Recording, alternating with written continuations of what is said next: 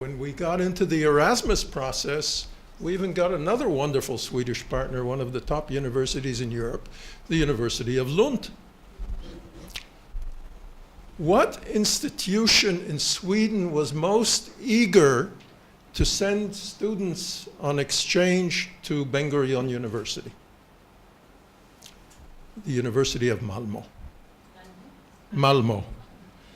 Malmö, if one would look at the rankings of the Swedish universities, is very, very low on the research scale. But it's a university that is extremely dynamic in community involvement and is extremely active in sending its students abroad. And in the first cohort of students we got, 2 of them were Muslim students, 1 of them from Africa.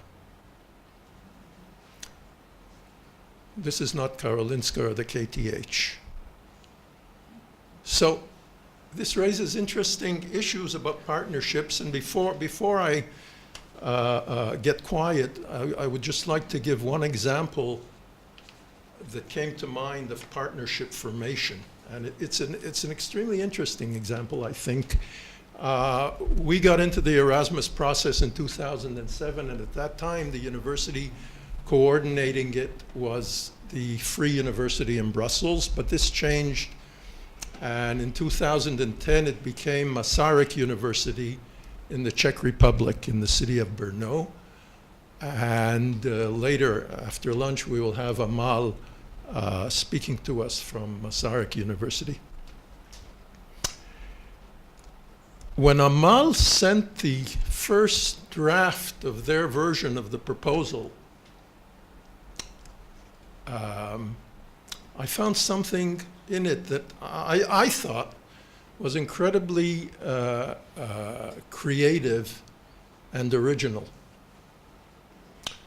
All the universities in the proposed partnership, the European universities I'm talking about, because it was a partnership with Israel, were non-capital city universities. Now, look around you, everybody knows where Prague is in the Czech Republic. We all know about Prague. How many Israelis, so certainly students at Ben-Gurion University, had ever heard of Brno? And Amal put together a very interesting consortium of good non-capital city universities, the University of Lund in Sweden, Oldenburg in Germany, Graz in Austria, Leuven in Belgium. Who am I missing? Yes, Jimmy. Jimmy wants to comment. I'm being too provocative. I can tell you that I live off the Masaryk Square in Tel Aviv, and the name Masaryk is very well known in Israel. Yes, that we know. In Israel. There's also Masaryk Street in Jerusalem. Yes, there's Cafe Masaryk. And I'm missing somebody, but it's not important. Forget about Paris. And I thought this was a wonderful approach to partnership formation. And as the project began to develop, it went through several drafts, there was an intrusion into this, some white noise came into the system. And the University of Paris, not Sorbonne, Sciences Po, wanted to join the project. And Sciences Po is a wonderful university, and what could be better than an opportunity to spend this, sorry? Sciences Po Paris, right. No, Sciences Po Paris wanted to join the consortium, and we got an email from Amal whether we agreed to this. I objected. I did not think this was appropriate, not because Sciences Po isn't a great university, but because it wasn't appropriate to the partnership. What a good day to say that today. I'm sure I'll be forgiven, because in the end, my objection was overruled.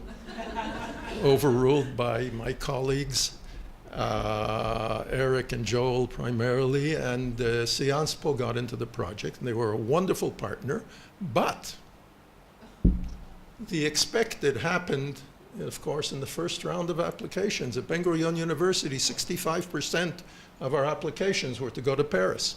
What about the other 7 universities? This is what partnership is about, in my opinion. So I would like to open this issue and the questions I raised about partnerships first to the panel and then to the audience. And Stefika, would you like to begin? I see you've been eyeing me. Yes, I think you made really very realistic and good remarks about partnershiping. As you say, it is a complex thing. A partnership is not a partnership. You can't say define it. That's what I think is really important, to think about the context, to think about with whom do you want to have a partner, for what reason do you want to have a partner. Do you want, for instance, to have a partner in the first place if you're interested for exchange, a student, or do you want to have a partner, thank you, or are you interested in a research project? Do you need a partner with specific expertise? And I think the most important thing is to be clear, what do you want? Yes? And then decide which kind of measures you want to implement, at what level. It is an interesting thing about the students, because we have a similar effect also in the Erasmus program. Most of the students want to go to Great Britain. That's the classical one. But I think now it's convenient. It's nothing special anymore that students have to know and to speak in English. It is much more becoming important to have a third language. So we have, for instance, in every Erasmus program, only 2 places left for students. And so I have to convince the students, go to Warsaw, go to Breslau, and go to Israel. I don't think here I will have any problem to convince them. And the interesting thing is, they have to write a report at the end of their stay. And it is really interesting when I got the feedback from the students. Some of them are not at all impressed about the Sciences Po in Paris, not at all, although it is a quite popular university. But you have to take into account Paris is very, very expensive. And the students haven't got so much money when they go abroad. So it is perfectly when they go to countries where they can participate at different levels. And so that means that smaller universities, which are not that popular, I got a much more better feedback than concerning universities which are more popular in an international sense. And I think that one must critically look at what is important, or what do you want. Are you looking for reputation, to have a partner which has a good name, yes? Or are you looking to foster the exchange at different levels concerning students, concerning administrative stuff or teaching stuff, yes? I think this is the most about the context. What do you want, to make that clear? And I think it makes more sense to reject a partner when you see in terms of a project it is not productive, rather than go on and partnering by force. So if you don't have any incentive to partner, so don't partner. That's what I would say. Yeah? Okay. You want to comment, Shira? Yeah. What's up? Okay, when we spoke about partnerships, so of course, the meaning of partnership is exchange of information, of knowledge, and best practices. But I think that it's very important to remember that partnership between international, different countries, different higher education institutions should ensure transparency and very good communications between the partners and also between the coordinators and the partners. Now, you mainly related to partnership in Erasmus or Erasmus Mundus. I would like to talk about partnership in Tempus. I think it's very different. I think that in Tempus, the right or the stronger partnership is between different higher education institutions, different partners. So this is with regard to Tempus. I think that there should be very strong institutions with experience in the discipline or in the academic cooperation, international academic cooperation, and there should be also institutions which have less experience and will learn from the other institutions. Okay. Yes. Hi, in terms Oh, of hold, just one moment. Oh, I'm sorry. Okay. Hi. In terms of Erasmus, it's clear that the partnerships have to be reciprocal, but do they have to be symmetrical?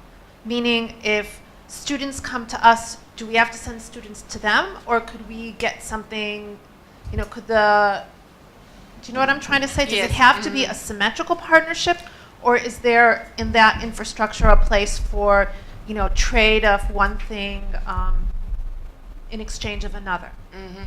I mean, it is one ideal of the European Commission that there is also a symmetrical partnership. But in practice, for instance, as an example, we have many partners from Italy, but we can't send so many ongoing students to Italy because mostly the students don't speak Italian. Yeah, but never mind, we are still going on with this kind of partnerships because sometimes one student can speak enough Italian and we can send them.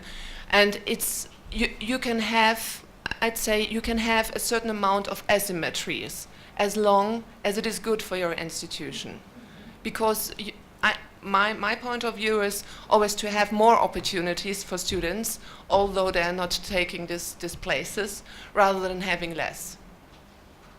Yeah. So just to clarify what you're saying is that there should be some symmetry, but not equality. I mean, you can send 5 students, and the other institution can send 7, or whatever. For instance, if you make these bilateral agreements, in these bilateral agreements you write down how many persons can take part within this exchange. In general, there are 2 persons in general.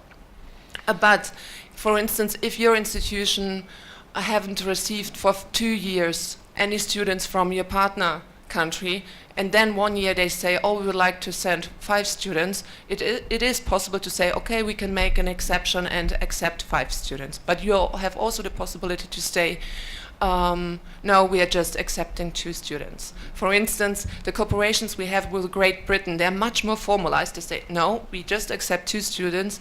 Other universities say, no, we have in Turkey, for instance, of course, you can send 5 students if you like. Because we have an exchange program with Switzerland, and we always thought that it is 2 and 2. Now I find out that Yes, we could send this. Do you know? This is the context. Yeah, that's really interesting because the internationalization of the universities in Europe is very different. For instance, the Scandinavian countries are much more formalized and looking on this kind of formalities than compared to countries in Eastern Europe or in South Europe. Yeah, it's really depending. Can I ask you Yes. about the bilateral agreements? Yes. When you sign the agreements, do you always include the agreements between students, the exchanges? For example, do you have a paragraph which is always included in the agreement? Yes. Yes, Always. it is. You can make the bilateral agreements is a standardized form made by the European Commission, and you have to write down how many students, and you can also write down how many staff you want to have for exchange. You can use it in both sides. Yeah. Joe? Just to first to refer to your question, you discovered that you could exchange only 2. The number of students that you can exchange is the number that you put into the agreement that you yourself signed. So if it's a if it's a bilateral agreement between yourselves and an institution in Switzerland, you determine how many students you want to put in. Well, they are speaking about all European Erasmus or Erasmus Mundus, and their other factors are of importance, and they determine the scope. But if you are dealing, if that's what I understood, with a bilateral agreement with another institution, you yourselves determine the number of agreements. But what I wanted very briefly to refer to what Moshe actually put in front of us to discuss is what kind of partnership is it? And again, we can divide it into two. If we're speaking with an agreement between the two universities, so you make your own decision. The question that arises once and again when we discuss this matter is, well, if it's an institution you want to cooperate with, that's fine. But how impolite can you be by turning somebody down? And we, over the past years, we discussed the various techniques, how to say no without offending everybody. And we won't get into it now. But the more interesting element, I assume that what Moshe was referring to, is when you're dealing with various consortia, how do you compose the group? And there's so many factors here, and we spent so many hours trying to find this equilibrium, that there has to be a geographical spread in Israel and in Europe. And the question that constantly came up was, do we look for new partners? Would this make our proposal more attractive? Or do we look for for universities with more experience?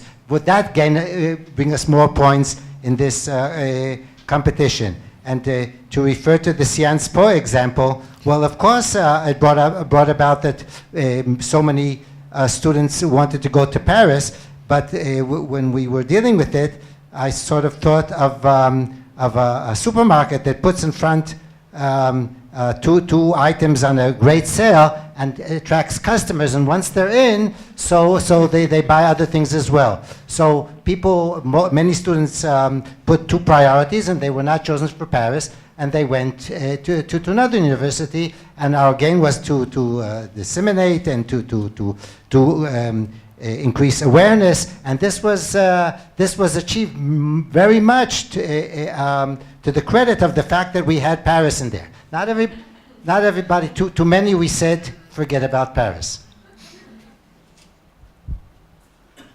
Hila.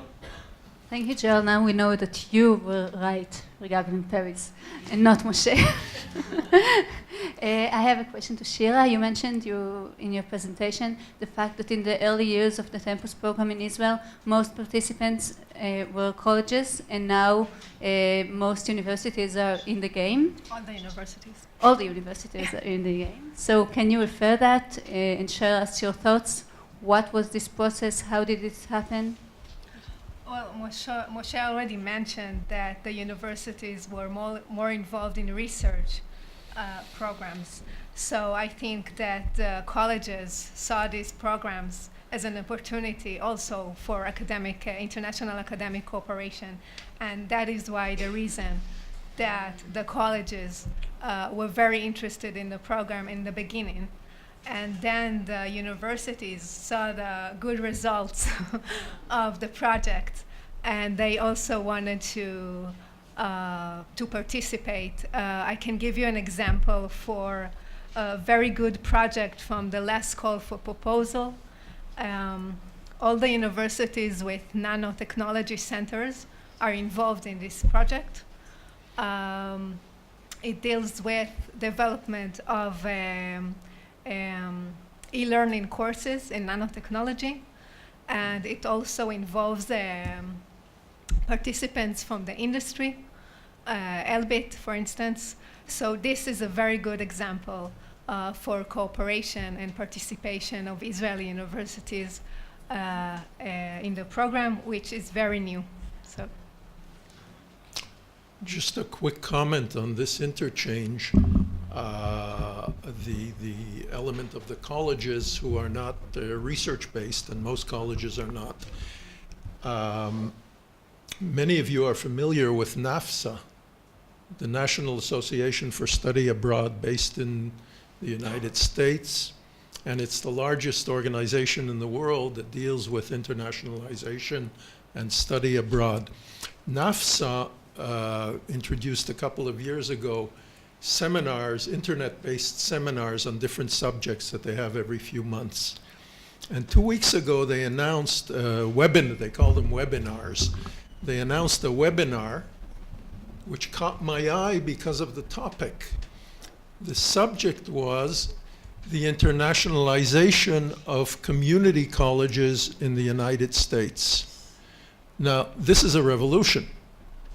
And I found it very interesting that this whole business of internationalization, which means inevitably encouraging and promoting study abroad in both directions, bidirectional, it can't be monodirectional, is reaching into the level of the community colleges in America. That's just a comment, but I think, and it's, although it's not directly connected with our topic today, it is an interesting sideline. Shall we go on? Anna? And I've come to understand that there's a lot of relationships within the university that need to be formed with these projects. I've come to meet new people in different offices of the university that I never knew existed. There's a lot to say about partnerships within the institution itself, and a lot of bureaucratic difficulties when projects are new and not understood, for example. So Stefika, I don't know if you've had this experience with Erasmus in your university. I understand that it's a big university as well, and you have a lot of different offices that are involved, as you showed us. Is it always, does it flow well? Have you experienced any issues between the different levels? Yes, for instance, when I started to work in at the Faculty of Social Sciences as Erasmus coordinator in 2009, it was a completely different situation. It was administrative, a completely different situation, because we had also the old study degrees. And that means when I sent students from the older study degrees, diploma for instance, abroad, it was not necessary for me to look that much at the curricula. Yeah? It was more open to some extent. On the other side, then I started to establish this Erasmus office, because after 2 or 3 years, from 20 students, the number raised up to 90 students. And there is an increasing demand between students to go abroad during a very short time. And concerning the work, my experience was it is a quite good thing if you have a clear division of labor. So if everyone knows at which level do they have to deal in what kind with the formalities. Yes. So, for instance, I'm very closely working together with my colleagues from the international office, and so I'm in a good position not to take care about the budgeting, for instance, or for other organizational issues. This is done, or the quality management. This is done by the international office. Yes, and I mean they have a big team. Which is responsible for it. But I am responsible for the incomings, outgoings, for the student counseling, and for the bilateral agreements. Yeah. It's interesting, I see Roxana laughing, because, for example, Roxana comes from a smaller college than Ben-Gurion University, yeah. And I'm sure that her experience is much different with ours, and how all these different offices work together or not. It's interesting in the Israeli context. It must be different in each place, I'm sure. Yeah, yes, but... I think because you said you started in 87. 87, yes. So you had time to establish, create the yes. procedures. And for us, since it is much newer, we tend to do more things together, not yeah, but this division of labor. I would say a good thing is always to start where you are, right. Yeah, and to look what is the most practical way to deal with it at the different levels, and to develop it from the bottom up. It's not only, I had the microphone, so I speak. It's not a matter that they began in '89 and we began in 2007. It's a matter of the scope, because the whole higher education system in Europe is based on continental and now worldwide projects. And in Israel, it's a bonus. It's fun. It's interesting. It's marginal. And a question that can be discussed here is how, and our subject is non-research projects. How do our university in Israel adjust to those projects? How do they accept it? How do they adjust? Do they agree? Do they agree that such units develop within the university? How much do they invest in it? It's a more Israeli question, because in Europe it's a must for every university to participate in Erasmus. Yes. And for people who are not involved, there's a huge difference in scope between the Erasmus and Erasmus Mundus. Erasmus Mundus, university in Israel, who sends 20 students, it's more than, it's a lot. And when it was 20 students in Europe, it's nothing.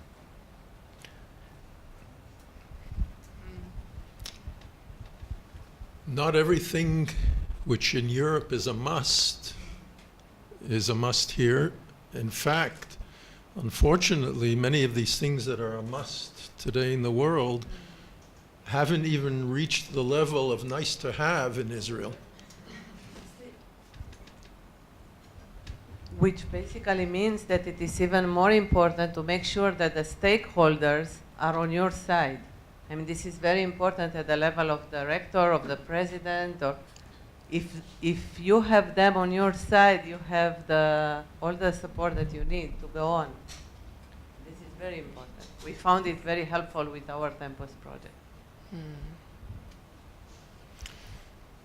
A hypothetical example, that you can have the rector on your side, but you might not have the president on your side.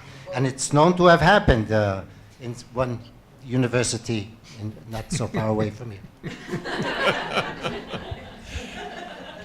Joe, we'll put you on the panel for the next conference. Do we have any more questions, or?